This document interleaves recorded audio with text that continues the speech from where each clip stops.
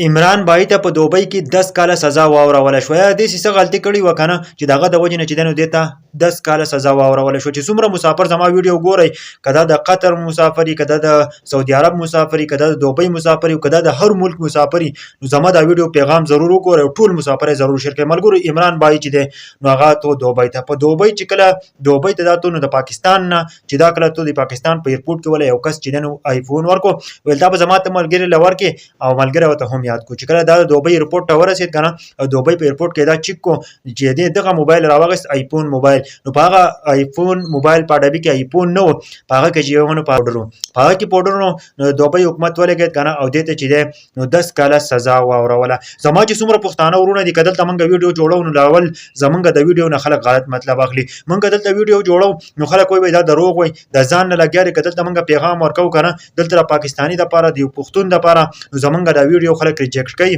او خلک او د ځان نه لګیا دي. د افسوس مقام د پښتنو چې داسې واقع راشي که نه سړی په جړه باندې مجبور شي چې ته به ویزه وکړې که نه او په داسې طریقه به ته ویزه وکړې چې ته به د خلکو نه پیسې راواخلې او ته چې دی نو ته به ځان له ویزه وکړې، ته به بهر ملکونو ته واوړې او ستاسو به چې دی نو یو داسې دوکه وشي که نه چې ته به هلته الټه جیل شي او الټه به ته پساو شي. نو ملګرو زمونږ ټولو پښتنو ته دا خواست دی، ټولو مسلمانانو ته دا هم خواست دی چې تاسو کوشش کوئ که نه چې چېرته بهر ملکونو ته ځئ نو تاسو کوشش کوئ چې کومه غوټه وړئ نو هغه لږه ګورئ، داسې په پټو سترګو مه ځئ چې دا زما خپل دی که نه او دا چې دی نو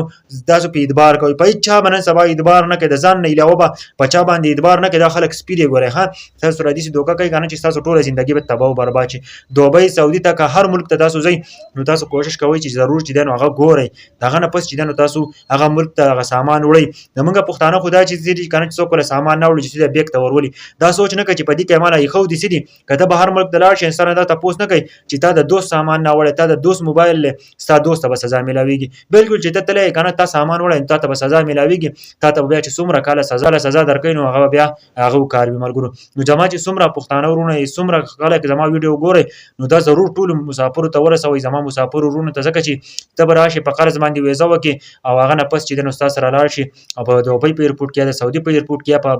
په بل ملک په ایرپورټ کې ستا سره داسې کار وشي که نه نو ستا زړه به څه وایي پښتنو. نو زما دا ویډیو ټولو پښتنو ته ضرور